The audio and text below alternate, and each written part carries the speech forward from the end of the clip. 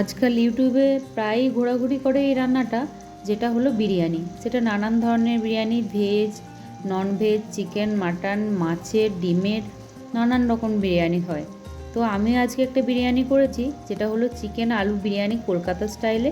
আর এটা খুবই একটা ইজিভাবে বানিয়েছি। এর আগেও আপনারা আমার চ্যানেলে অনেক বিরিয়ানির রেসিপি পাবেন।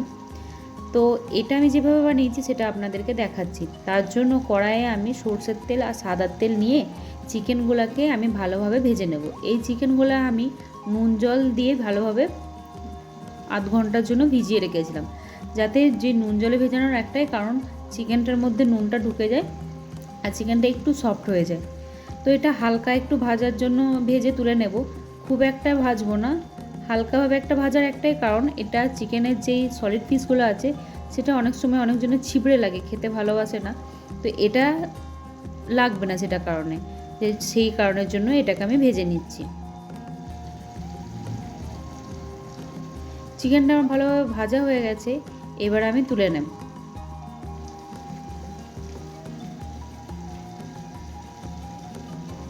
এইবারে যেই তেলটা ছিল সেই তেলটার মধ্যেই আমি দিয়ে দেবো গোটা গরম মশলা ফোড়ন, এলাচ, লবঙ্গ আর দারচিনি। এটা ফোড়ন দেওয়ার পর আমি দিয়ে দিচ্ছি একটা আদা, রসুন আর পেঁয়াজের একটা পেস্ট ছিল, সেই পেস্টটা আমি 2.5 চামচের মতন দিয়ে দিলাম, বড় চামচের 2.5 চামচ। সেটাকে আমি ভালোভাবে একটু কষে নেব। কষে নেওয়ার পর তার মধ্যে আমি জল দিয়ে দেবো পরিমাণ মতন।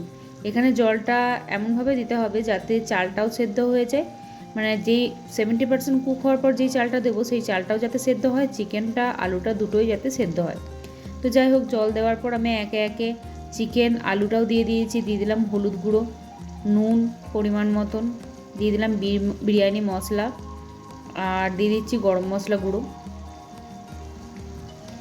আর দিচ্ছি সামান্য পরিমাণে জিরে গুঁড়ো,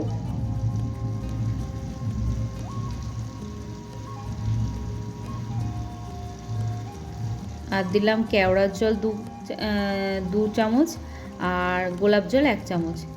দিয়ে এটাকে আমি ভালোভাবে এটা সিদ্ধ হতে বসিয়ে দেব। এর আগে আপনারা দেখবেন আমার অনেক বিরিয়ানি আছে যেখানে চিকেনের আলুগুলোকে আমি সেদ্ধ করে নিয়েছি, ভেজে নিয়েছি, কিন্তু এটাতে আমি ভাজিনি। এটা ডাইরেক্ট একবারে কাঁচা অবস্থাতেই আলুটা আমি দিয়ে দিয়েছি। আর আগে থেকে আমি বেরেস্তা করে রেখেছিলাম, পেঁয়াজ বেরেস্তা, সেটা আমি দিয়ে দিলাম এর মধ্যে। এরপর এটাকে আমি ভালোভাবে একটা সিদ্ধ করে নেব। এমনভাবে সিদ্ধ করবেন যাতে 80%-এর মতন চিকেনগুলো সিদ্ধ হয়ে যায়, আর বাকি যে 20% থাকবে সেটা চিকেনটা যখন বিরিয়ানিটা দমে বসাবো তখনই ওটা হয়ে যাবে। আর আমি 4-5টা কাঁচা লঙ্কাও কেটে দিয়েছি, আপনার যেমন ঝাল খাবেন সেই অনুযায়ী দেবেন। দেখুন আমি চিকেনটা ভালোভাবে সেদ্ধও করে নিয়েছি, এর সাথে আলুটাও ভালোভাবে সিদ্ধ হয়ে গেছে।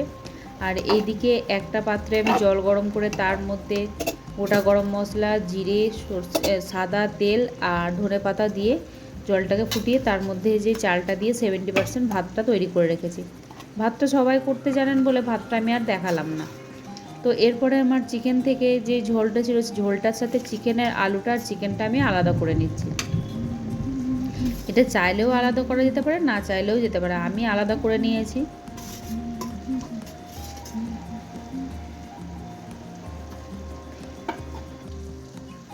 এরপর আমি একে একে বিরিয়ানি মশলা দিয়ে দিলাম পরিমাণ মতন। এখানে বড় 2 চামচের মতন বিরিয়ানি মশলা আমি দিয়েছি।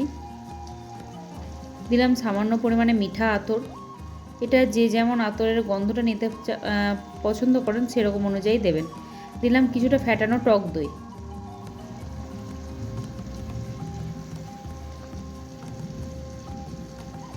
এরপরে আমি যেই 70% কুক হওয়া যে ভাতটা ছিল সেটা আমি দিয়ে দেব। কিছুটা ভাত দেওয়ার পর আমি এর মধ্যে ভাতটাকে কড়াইয়ের মধ্যে মেলে দিচ্ছি। মেলে দেওয়ার পর যে চিকেনটা আর আলুগুলো তুলে রেখেছিলাম সেটা আমি এর মধ্যে ঢেলে দেব।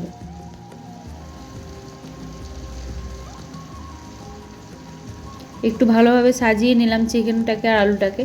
এরপরে বাকি যে ভাতটা ছিল সেটাকেও আমি দিয়ে দেব। আর এই চিকেনটার মধ্যে আমি দিয়ে দিলাম সামান্য পরিমাণে বেরেস্তা কুচি, যেটা বেরেস্তাটা ছিল। আর এই দেখুন ভাতটাও আমি পুরোটা ঢেলে দিলাম।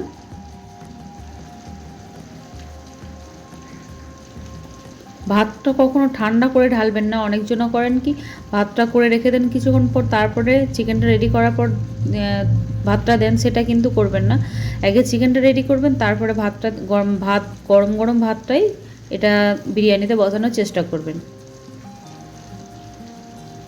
এরপর আমি একে একে এর মধ্যে মশলা দেব, বিরিয়ানি মশলা, আর দেব সামান্য পরিমাণে বেরেস্তা। আপনারা চাইলে ঘি ইউজ করতে পারেন, আমি ঘি ইউজ করব না। এরপর আমি এটাকে দমে বসিয়ে দিলাম। একটা নোড়া আর একটা চাকতির সাহায্যে আমি এটাকে বসিয়ে দিচ্ছি। প্রায় 20 মিনিটের মতন বসিয়ে রেখেছিলাম, 10 মিনিট হাই ফ্লেমে, বাকিটা লো ফ্লেমে। এই দেখুন আমার বিরিয়ানি রেডি হয়ে গেছে, গরম গরম বিরিয়ানি। আর এটা খেতে আমার তো খুবই ভালো লাগে, আপনারাও ট্রাই করে দেখুন বাড়িতে, আপনাদেরও আশা করি ভালো লাগবে। খুবই সহজ উপায়ে, কোনো ঝামেলা ঝঞ্ঝট ছাড়াই এই বিরিয়ানিটা আপনারা বানিয়ে নিতে পারবেন। এবার আমি আপনাদেরকে সার্ভ করে দেখাচ্ছি বিরিয়ানিটা কতটা সুন্দর হয়েছিল।